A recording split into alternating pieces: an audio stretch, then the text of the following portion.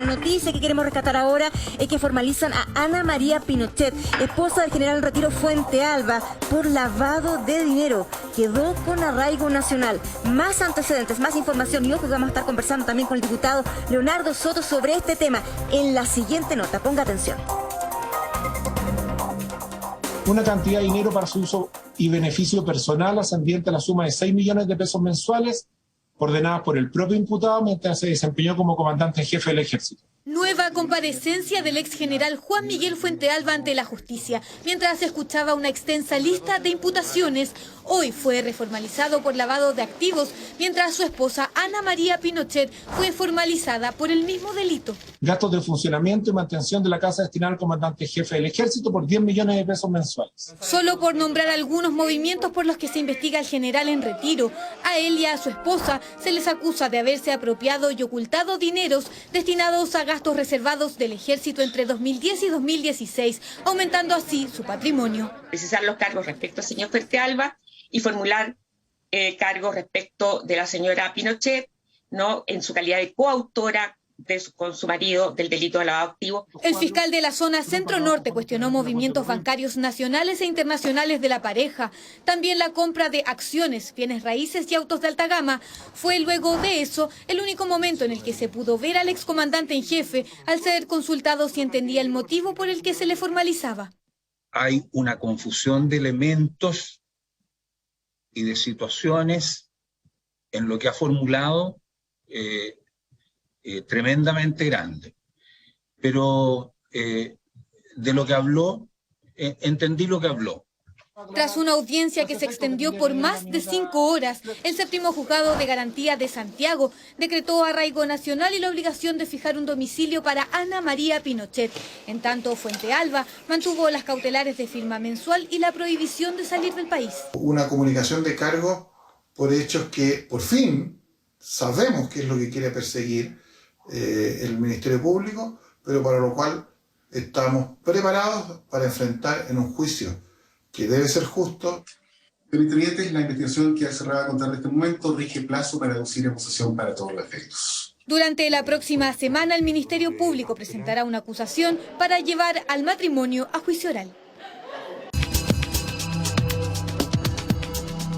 Aficionada a las marcas de alta costura, a la estadía en hoteles costosos de 5 estrellas, a la compra de departamentos, enseres, blanqueo de estos dineros para desviarlos hacia sus propias cuentas personales.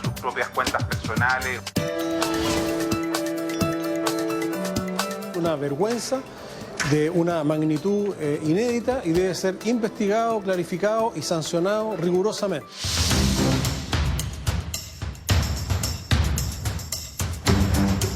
Suman y siguen los antecedentes en el emblemático caso Ejército.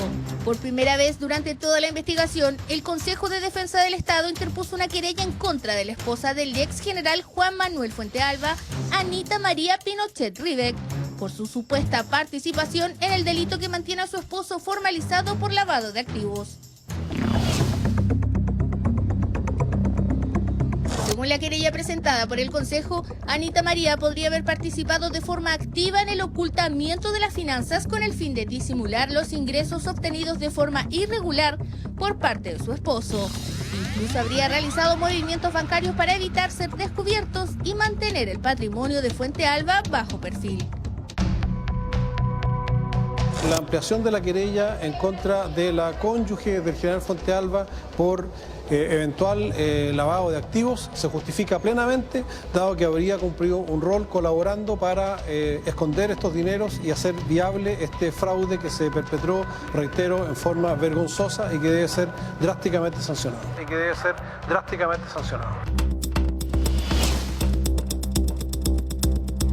En el marco de la investigación, uno de los antecedentes más llamativos corresponde al cuantioso aumento en los activos del matrimonio Fuentealba-Pinochet entre los años 2008 y 2015, alcanzando montos injustificados.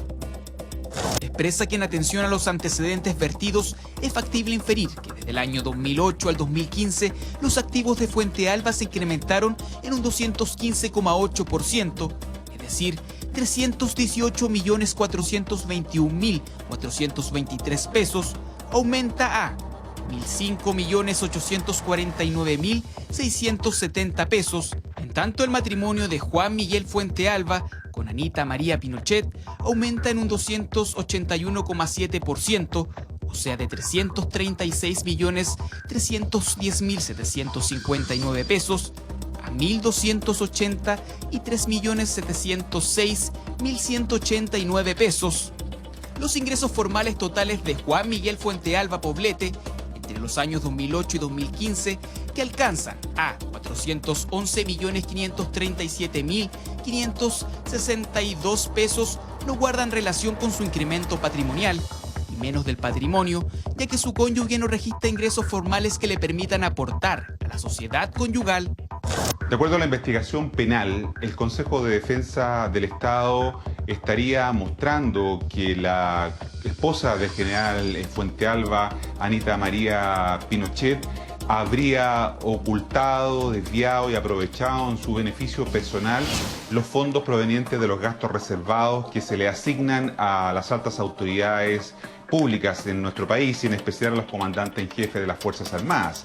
Esto habría sido una práctica permanente en el tiempo, con conocimiento del matrimonio Fuentealba-Pinochet, que había recurrido a una serie de estratagemas, blanqueo de estos dineros para desviarlos hacia sus propias cuentas personales o hacia la compra de enseres y de bienes que habrían abultado el patrimonio del matrimonio Fuentealba-Pinochet. Al Ministerio Público le corresponde tomar decisiones en lo que dice relación con formalizar investigaciones.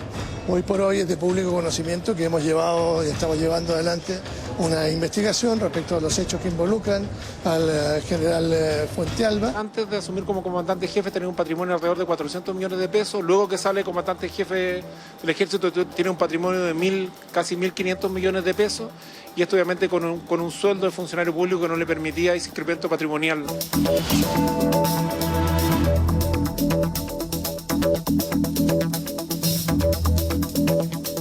Un patrimonio investigado que mantuvo a su esposa viviendo una vida llena de excentricidades y adquisiciones extraordinarias. De hecho, en 2013 y 2015, Anita María compró 2 inmuebles avaluados en 274 millones de pesos. Uno de ellos lo habría pagado con 150 millones en efectivo, una transacción poco frecuente en la compra de estos bienes y que puso en cuestión su inocencia, ya que desde 2010 no registra ingresos formales, imposiciones, cotizaciones ni ningún tipo de justificación económica. En el esquema de gastos exorbitantes que se le imputan al excomandante en jefe del ejército Fuentealba con cargo a los gastos reservados, su mujer habría ocupado un rol importante en dicho esquema, aficionada a las marcas de alta costura, a la estadía en hoteles costosos de 5 estrellas, a la compra de departamentos, enseres, lo que habla de una vida ostentosa para un comandante en jefe del ejército. En los círculos militares era conocida como la Lucía Chica, en alusión a Lucía Iriart de Pinochet y a su gusto por mostrar y por mostrarse. Esas eran las principales características del comportamiento y la vida que caracterizó a Anita María Pinochet en el periodo que le correspondió ser la esposa del comandante en jefe del ejército. Una de las declaraciones más polémicas fue la del por ese entonces oficial de órdenes del comandante en jefe, Rodolfo Hidalgo, quien aseguró que Anita María mantenía constantes gastos en tiendas comerciales pero sin pagar en el momento, por lo que la labor de Hidalgo era pagar los montos adeudados en tiendas que correspondían generalmente a vajillería, gastronomía exclusiva y lujosos productos para el hogar, además de depositar y mantener una caja fuerte con 2 millones de pesos para los gastos de la mujer. Bueno, y ahí también el escándalo, un escándalo que podría tener ramificaciones, porque hay también quienes alertaron esta situación, pero no dijeron nada, fueron partícipes. Es evidente que una vida así de lujosa y así de suntuosa tendría que haber sido también alertada por muchos otros, comenzando con ministros de defensa. Tal cual, y nos acompaña Leonardo Soto, diputado, bienvenido, ¿cómo está? Gracias por acompañarnos. Usted ha dicho, esto es la cultura de estimar que el presupuesto militar es para beneficio propio. Esto es justamente lo que ocurrió en el matrimonio Fuentealba-Pinochet. ¿Es reflejo de este error? Le dejamos planteada la pregunta para que converse con nosotros en breves minutos más y también decir que está Bárbara Salinas junto a nosotros para ampliar el tema, Amaro. Así es. Vamos a estar preguntando justamente, Leonardo Soto, diputado, claro, uno puede escandalizarse mucho con lo que estamos viendo en pantalla, pero el problema de raíz persiste. ¿O me equivoco? Quiero dejarle planteada esa interrogante porque, bueno, sí, puede preguntar, sí, vamos a ir a un breve corte comercial, pero puede contestar este alcance. Me parece que, disculpa, es que estamos los dos como cruzados. Vamos a tener que ir con la pregunta porque estamos esperando un móvil, pero contéstenos, diputado, por favor, las preguntas que le acabamos de plantear. Bueno, ¿cómo está? Muy buenos días, gracias por la invitación. A mí me tocó participar en varias comisiones investigadoras sobre la corrupción militar, desde el Milicogate en adelante. Y la percepción que yo tengo y que tienen todos los chilenos es de que estos no son casos aislados, que no ha surgido espontáneamente en una sola persona este interés de apropiarse de dinero de la institución, del ejército, para beneficio propio. Pareciera que hay una constante a lo largo del tiempo y que no es casual que los 4 últimos excomandantes en jefe, donde Juan Miguel Fuentealba es el PIC, estén hoy día formalizados ante la justicia por numerosos actos de corrupción. Parece ser que hay un sistema instalado al interior de la Fuerza Armada y también de Carabineros que le entrega muchas facilidades a la corrupción institucional, que permite que a mayor altura en los altos mandos tengan la posibilidad de conseguir mayor cantidad de dinero para beneficio propio. Pero, diputado... Y así ha sido porque la justicia tiene formalizado al general Juan Miguel Fuentealba, al general Humberto Viedo y a muchos otros por distintas clases de delito de corrupción. Por de pronto aquí está malversación de fondos públicos, es decir, destinar los dineros que recibe de la institución, que son de todos los chilenos, para fines muy distintos a los que están establecidos. Dígame. También por fraude al fisco y también ahora por lavado de dinero, incluso a la esposa, a la ex primera dama militar en esa época, Anita Pinochet. Y eso habla de una cultura institucional, habla de un sistema corrompido, lleno de espacios para la corrupción y que se ha materializado en escándalos que nos indignan a todos los chilenos. Diputado, los mandos medios, ¿están capacitados para hacer las denuncias? ¿Qué pasa cuando se dan cuenta o alertan que algo está ocurriendo? ¿Qué pasa en esta pirámide? ¿Hay posibilidad de denunciar? Qué buen alcance el que acabas de hacer y permítame, diputado, colgarme de aquello, porque estábamos hablando de esta temática con un alto oficial, un amigo mío en los rangos militares norteamericanos, que me dijo esto es imposible. ¿Por qué? Porque en el servicio militar norteamericano tú no llegas a esas altas esferas sin servicios de auditoría que permanentemente están observándote. Hay un escudriño muy, pero muy atento, un escrutinio, ¿verdad?, a cualquier militar que ostenta el poder que pueda tener, por ejemplo, un comandante en jefe. ¿Por qué en Chile esto no se soluciona? A la vuelta del corte, digo, ahora sí que sí, diputado, espérenos, vamos a la pausa y su respuesta, y por supuesto seguimos conversando en minutos más. Por lavado de activos, y estamos conversando con el diputado Soto, y es la pregunta, diputado, ¿qué garantías tienen los mandos medios para hacer una denuncia de este tipo, por ejemplo, en el ámbito militar? Ninguna, y esa es la base de cómo proliferó la corrupción en el ejército, sobre todo en esa época. Desde la cabeza, de la más alta cabeza, que fue Juan Miguel Fuentealba, se generaba una imagen, y porque esto era muy conocido, esta vida de rico y famoso ocurría a vista y paciencia de todos los subalternos, de todo el resto del generalato. Ministros de defensa también. Nadie los denunció. ¿Perdón? Ministros de defensa también. Ministros de defensa también. Es decir, ¿y por qué denunció al interior del ejército lo que estaba ocurriendo? Por una razón muy simple. Porque hoy día en la Fuerza Armada no existe protección a los denunciantes de corrupción. El que se atrevió, que se podría haber atrevido a denunciarlo, simplemente era perseguido, era objeto de represalia, se terminaba su carrera militar y en algunos casos, como el valiente denunciante de corrupción, el capitán Harvey, por el solo hecho de denunciar corrupción de su jefe, fue formalizado, fue sometido a proceso por actos de traición a la patria. Es decir, denunciar la corrupción del alto mando para los subalternos era una señal indicativa que estaban traicionando a la patria o los intereses superiores del país y eran encarcelados.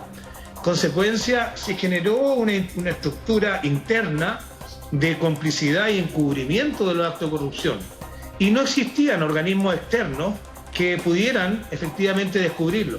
No actuaba la Contraloría en este tipo de gastos, son gastos reservados, ese es el nombre, y obviamente los ministros civiles de defensa tienen una enorme deuda y una gran cantidad de explicaciones que dar, puesto que ellos, me parece increíble que no hubieran sabido, ellos sabían esto y no hicieron nada. A ellos les correspondía haber fiscalizado. ¿Qué hemos hecho nosotros en el Congreso?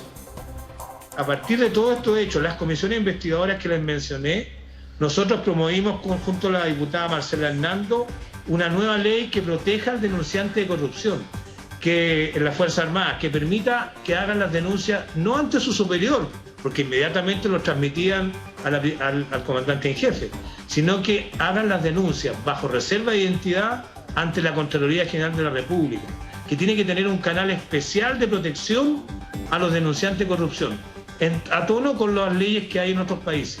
Segundo, se estableció un nuevo régimen de control de los gastos reservados, porque aquí estos dineros, 3.500 millones, son los que se habría embolsado el ex comandante en jefe Juan Miguel Fuentealba. 3.500 millones para su beneficio provenían de los gastos reservados. Es y aquí increíble. claramente, increíble, no existe otro funcionario público que yo conozca que haya tenido tal provecho económico de tal magnitud que podría, de haber sido destinado a beneficios sociales, podría haber construido consultorios. Pero permítame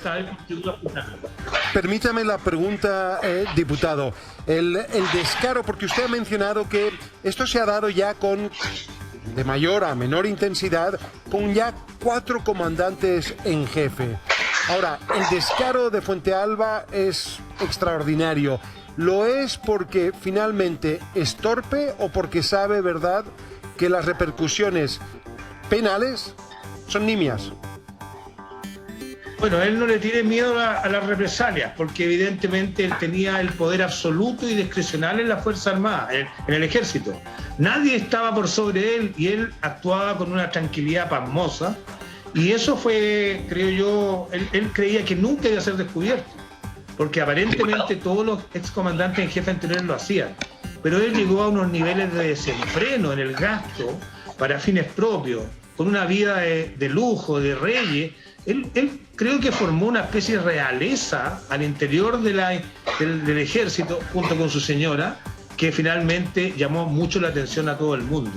Se mezcló también con el caso del Milico Gate, un subalterno que tomó plata de los fondos reservados de la ley del cobre y que se gastó solo en un casino, en el Monticello, 2.500 millones de pesos. 2.500 millones de pesos. Entonces fue la locura total en esa época en el ejército. Y claro, si la cabeza de la institución, Juan Miguel Fuentealba, se le conocía como el señor de los anillos, y a la señora Anita Pinochet la lucía chica, y tenían todo el nivel de lujo y gasto que ustedes mostraron en las notas previas, bueno, me imagino que los subalternos se sentían autorizados a hacer lo propio. Y por ejemplo, hay cerca de 800 oficiales subalternos que viajaron al extranjero y le compraban pasajes carísimos de primera clase, y ellos los reducían a dinero para poder hacer viaje intermedio a Punta Cana, a Disney World. O sea, también hubo un espejo de corrupción y de gastos de lujo en los propios subalternos. Se corrompió todo el ejército de Chile en esa época y Juan Miguel Fuentealba les dio el ejemplo o el mal ejemplo a todos ellos. Queremos sumar a esta conversación al periodista Mauricio Weibel, ya está con nosotros conectado telefónicamente, autor del libro Traición a la Patria, ¿verdad?, que habla justamente de estos casos. Mauricio, bienvenido, gracias por acompañarnos. Primero, ¿qué te parece entonces este arraigo nacional para la señora del general en retiro Fuentealba?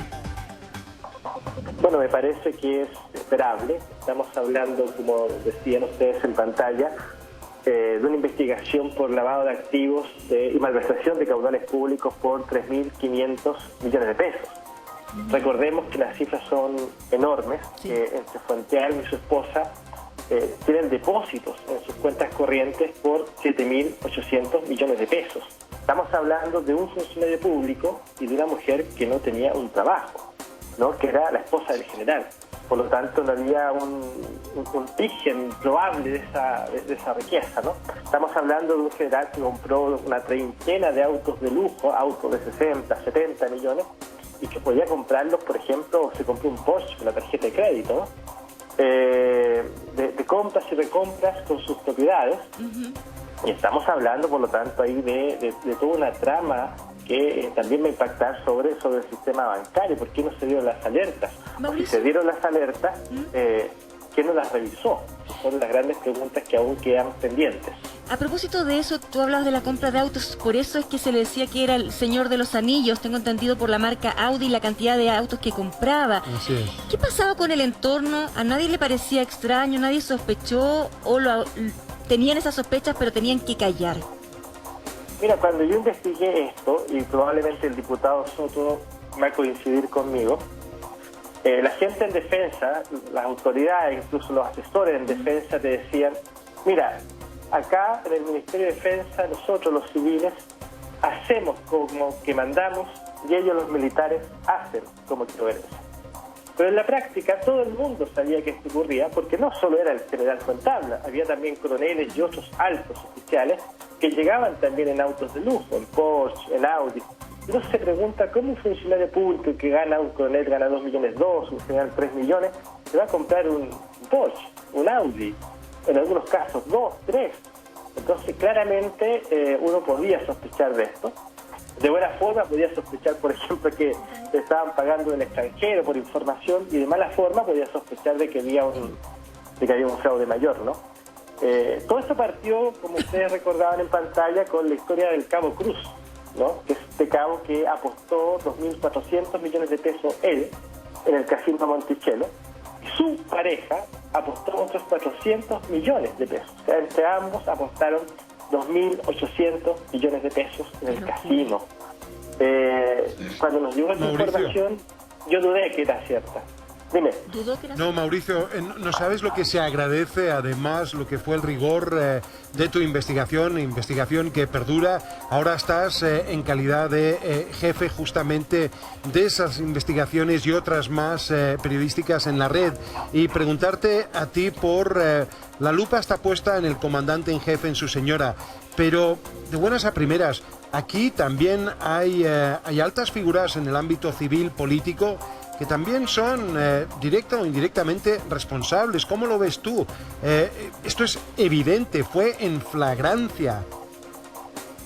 Sí, claro. Ahora, hay una cosa que es muy brutal, que la gente a veces no sabe, pero los comandantes en jefe disponían en esa época de 10.000 millones de pesos en 4 años en gastos reservados, aproximadamente, ¿no? Los comandantes en jefe del ejército, que es la institución que tenía el mayor volumen de gastos reservados.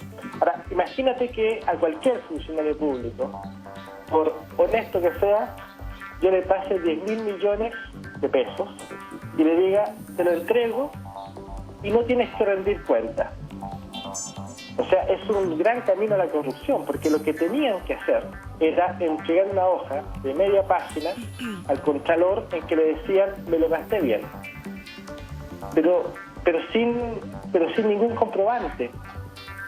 Entonces, evidentemente eso abrió un camino brutal a la corrupción. De hecho, al inicio, una de las grandes complicaciones es cómo demostrabas que el dinero que se sacó de ahí efectivamente se fue a las cuentas corrientes. Bueno, con el tiempo se logró demostrar, pero no fue fácil, ¿no? Porque en el fondo el propio Estado generó las condiciones para que esto ocurriera.